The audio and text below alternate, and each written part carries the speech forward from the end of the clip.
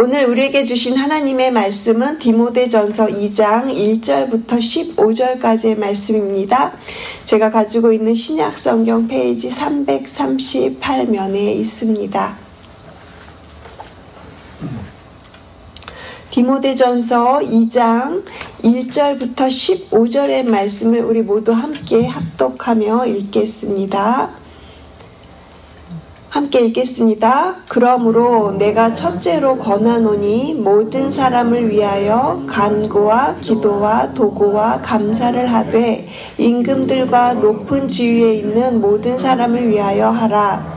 이는 우리가 모든 경건과 단정함으로 고요하고 평안한 생활을 하려 함이라. 이것이 우리 구주 하나님 앞에 선하고 받으실 만한 것이니 하나님은 모든 사람이 구원을 받으며 진리를 아는 데에 이르기를 원하시느니라. 하나님은 한 분이시오. 또 하나님과 사람 사이의 중보자도 한 분이시니 곧 사람이신 그리스도 예수라. 그가 모든 사람을 위하여 자기를 대속물로 주셨으니 기약이 이르러 주신 증거니라. 이를 위하여 내가 전파하는 자와 사도로 세움을 입은 것은 참말이요 거짓말이 아니니 믿음과 진리 안에서 내가 이방인의 스승이 되었노라. 그러므로 각처에서 남자들이 분노와 다툼이 없이 거룩한 손을 들어 기도하기를 원하노라.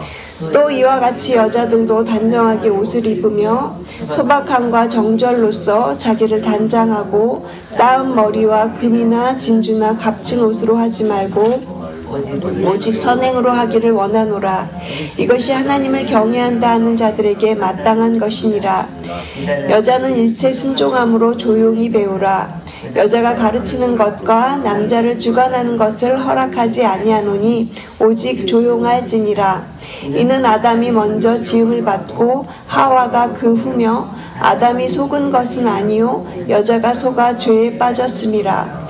그러나 여자들이 만일 정숙함으로써 믿음과 사랑과 거룩함에 거하면 그의 해산함으로 구원을 얻으리라. 아멘. 하나님을 경외하는 삶, 이런 제목으로 오늘 본문으로 말씀을 나누겠습니다.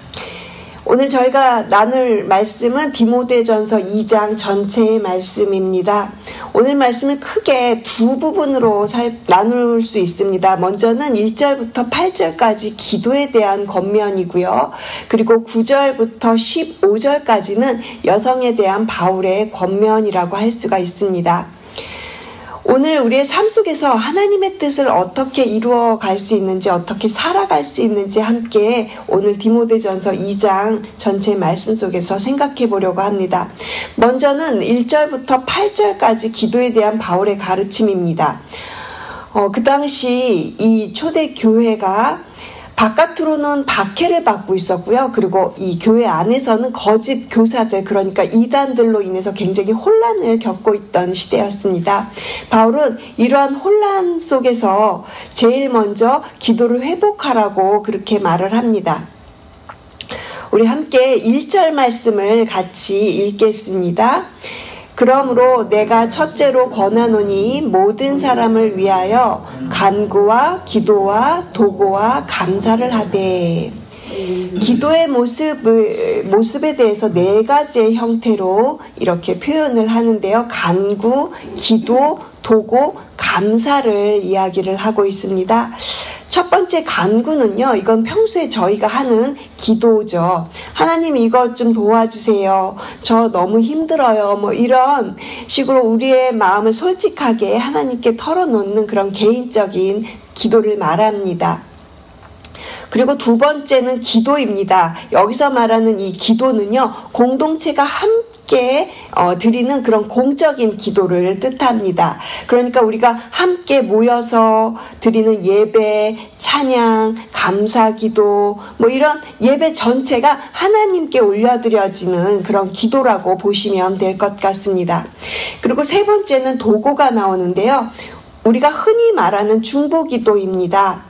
다른 사람을 위해서, 그리고 그 사람의 어떤 형편과 아픔을 품고 그렇게 예수님의 마음으로 우리가 기도해 주는 것.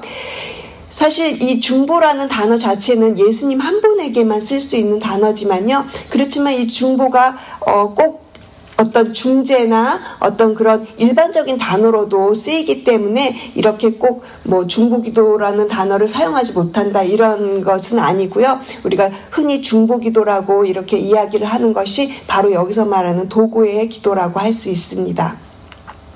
그리고 네 번째는 감사입니다. 기도는 단지 우리의 소원만을 말하는 것이 아니죠. 하나님께서 우리의 삶에 베풀어 주신 그 은혜를 기억하면서 감사하는 것이 또한 기도의 중요한 부분입니다. 그래서 기도는 이렇게 간구와 도구와 감사로 채워져야 하는 것이죠. 이렇게 우리의 기도는요, 개인을 위한 기도, 그리고 함께 드리는 기도, 그리고 다른 사람을 위한 기도로, 그리고 감사의 고백으로 이어져야 합니다. 우리가 이렇게 균형 잡힌 기도를 드릴 때 우리의 믿음도 더욱 깊어지고 하나님과의 그런 교제의 그 관계가 그렇게 튼튼해질 줄로 믿습니다. 우리의 기도 생활이 이렇게 풍성하고 균형 잡힌 모습으로 날마다 기도에 힘쓰는 저와 여러분 되시기를 주님의 이름으로 축복을 드립니다. 그런데 바울은요, 이러한 기도의 내용을 말하면서 누구를 위해서 기도하라고 말하고 있는지 한번 보시기 바랍니다. 1절에 보시면 모든 사람을 위하여 라고 보이시죠? 그리고 2절에도 보시면 모든 사람을 위하여, 또 4절에도 보시면 모든 사람이 구원을 받으며, 그리고 5절에도 모든 사람을 위하여, 그리고 8절에 가서는 거룩한 손을 들어 기도하기를 원하노라 그랬어요. 이렇게 바울은 모든 사람을 위하여 기도하라고 강조하고 있는데요. 그 중에서도 2절을 보시면 임금들과 높은 지위에 있는 모든 사람들을 위해 기도하라고 말을 합니다. 왜 그럴까요? 이 2절 안에 답이 있습니다. 2절 후반절에 보시면 그들을 통해 세상이 다스려지고, 그리고 우리 믿는 사람들이 그렇게 기도할 때 그런 경건하고 평화로운 삶을 살 수 있기 때문에 그렇게 모든 사람을 위해, 특별히 위정자들을 위해서 기도하라고 하는 것입니다. 우리가 사는 이 세상이 예전에도 그렇고 또 지금도 그렇고 아마 갈수록 더 혼란스러워지고 있습니다. 하지만 우리가 살아가는 이 땅에서 경건하고 우리의 단정한 삶을 위해서 우리는 위정자들을 기도해야 하는 것이죠. 그리고 또 하나의 이유가 있습니다. 이것은 더욱더 중요한 이유가 되는데요. 한번 4절 말씀을 보시고 우리 함께 4절 말씀을 같이 읽겠습니다.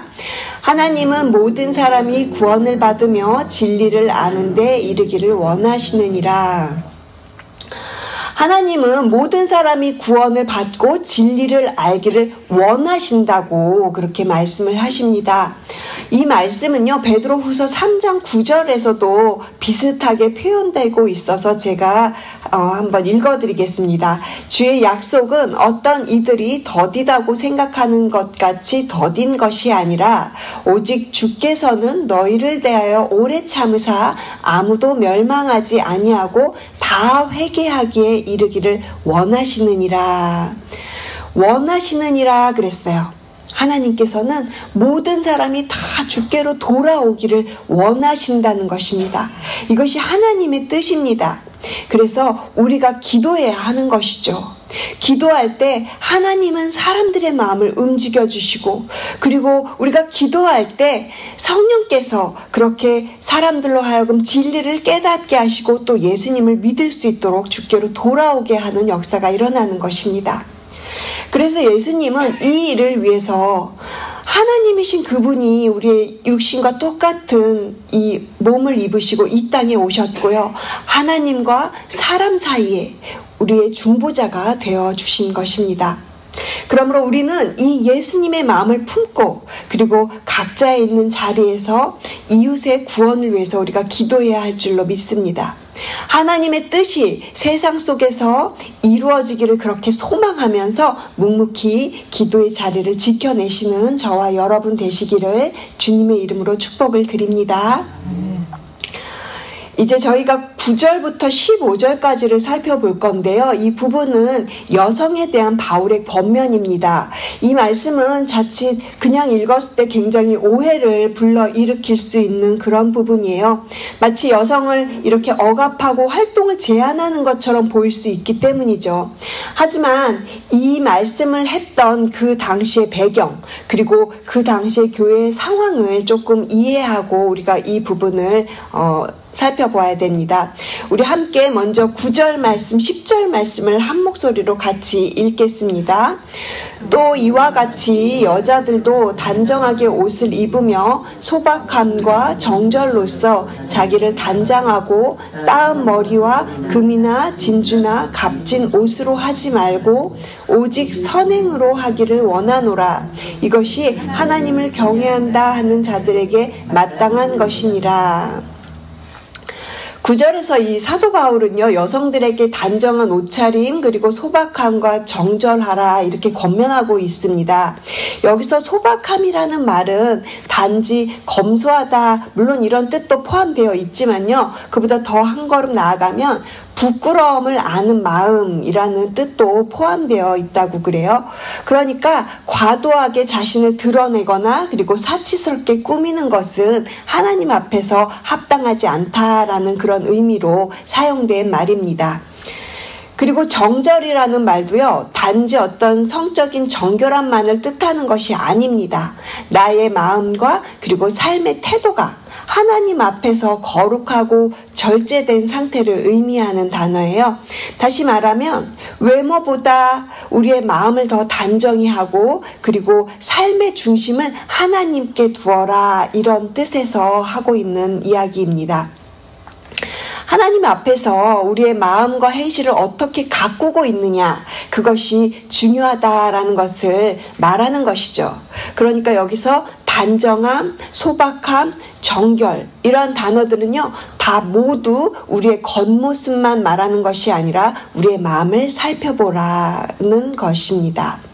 그리고 이어서 10절에서 사도 바울은 이렇게 말합니다. 오직 선행으로 하기를 원하노라. 이것이 하나님을 경외한다 하는 자들에게 마땅한 것이니라.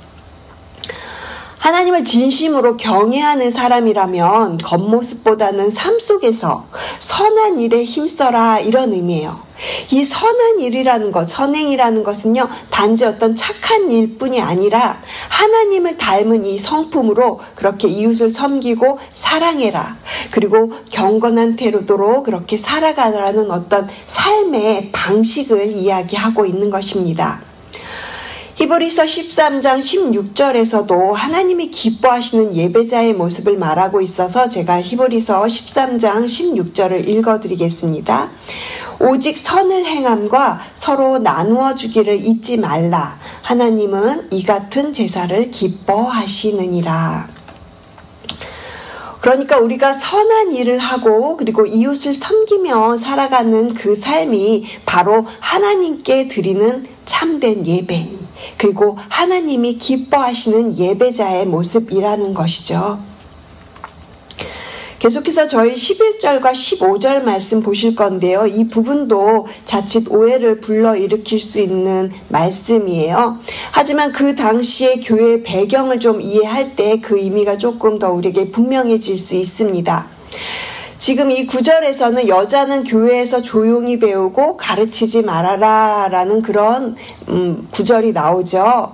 하지만 이것은요, 모든 시대의 모든 여성에게 가르치지 말아라 이런 의미가 아닙니다.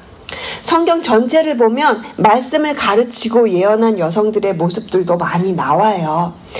구약에는 드보라가 여성 사사로서 이스라엘을 이끌었고요. 그리고 신약에서도 예언하는 여자들에 대해서 사도행전에서 이야기하고 있습니다.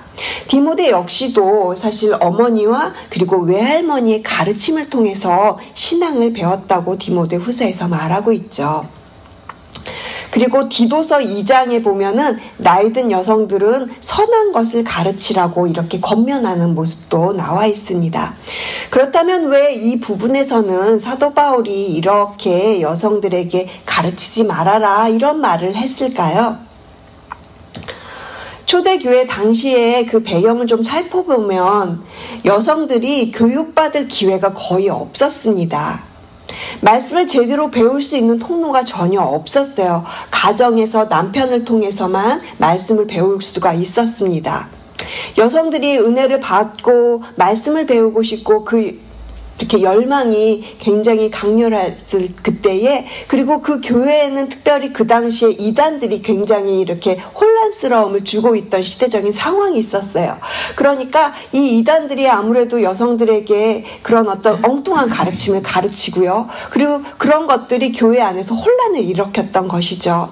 그래서 이 사도 바울은 교회 안에서 가르침의 질서를 세우기 위해서 먼저 바르게 배우는 자세를 가지라, 이렇게 권면하고 있는 것입니다.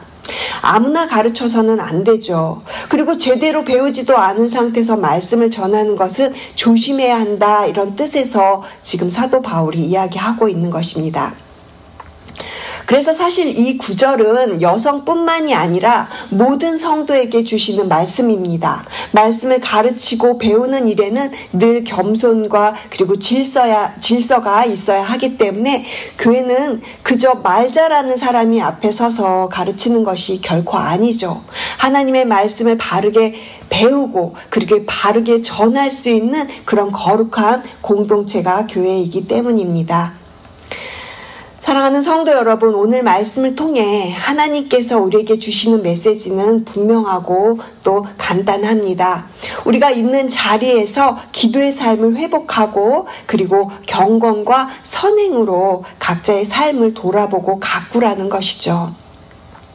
나를 위해서뿐만이 아니라 이웃과 나라와 교회를 위해서 기도하고요. 그리고 이 세상 속에서 하나님의 뜻이 이루어지도록, 하나님께서는 모든 사람이 구원받기를 원하신다고 하셨잖아요. 그러니까 우리가 모든 사람들의 그 영혼권을 위해서 기도에 힘써라, 이렇게 이야기를 하고 있는 것입니다. 그러니까 우리의 겉모습보다는 우리의 마음에, 그리고 우리가 예수님의 마음을 품고 그의 삶 또한 우리의 삶으로 그렇게 믿음을 드러내는 삶을 살아가라는 것이죠. 우리 안에는 누구나 높아지고 싶어지는 그런 마음이 있습니다. 하나님을 경외하는 사람은 나 자신을 내세우기보다는 우리의 그런 선한 행실로 하나님을 높여야 되는 삶인 것이죠.